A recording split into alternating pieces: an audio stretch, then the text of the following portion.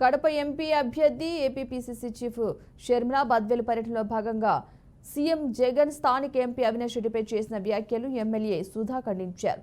జగన్ అవినాష్ రెడ్డి ప్రజల్లో ఉంటూ ప్రజల మన్ననలు పొందుతున్నారు అని ఆమె అభిప్రాయం వ్యక్తం చేశారు. వివేక హత్యను అందరూ ఖండిస్తున్నట్లుగా పేర్కొన్నారు.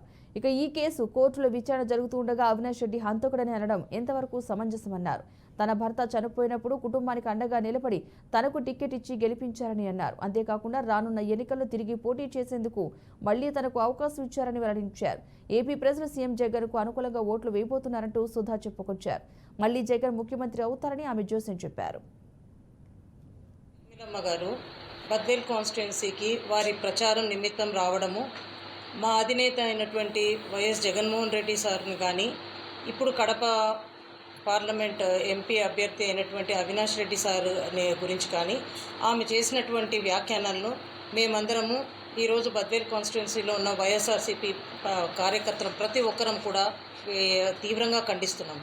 ఎందుకంటే మనము డాక్టర్ వైఎస్ రాజశేఖర్ రెడ్డి కానీ, వారి తమ్ముడు వైఎస్ వివేకానంద రెడ్డి సార్ కానీ ప్రజలకు ఏ విధంగా అందుబాటులో ఉండి అనునిత్యము ప్రజా సమస్యల పట్ల వాళ్ళు ఎలా స్పందించేవాళ్ళు ఈ రోజున గమనిస్తే వైఎస్ జగన్మోహన్ రెడ్డి సార్ కానీ, ఆయన తమ్ముడు వైఎస్ అవినాష్ రెడ్డి సార్ కానీ ప్రతినిత్యం ప్రజల్లో ఉండి వాళ్ళు ప్రజా సమస్యలు ఏ విధంగా పరిష్కరిస్తున్నారు. ఇప్పుడు పార్టీ పెట్టినప్పటి నుంచి ఇప్పటి వరకు కూడా ఈ కడప పార్లమెంట్లోనే కాదు, అందరికి కూడా తెలుసు.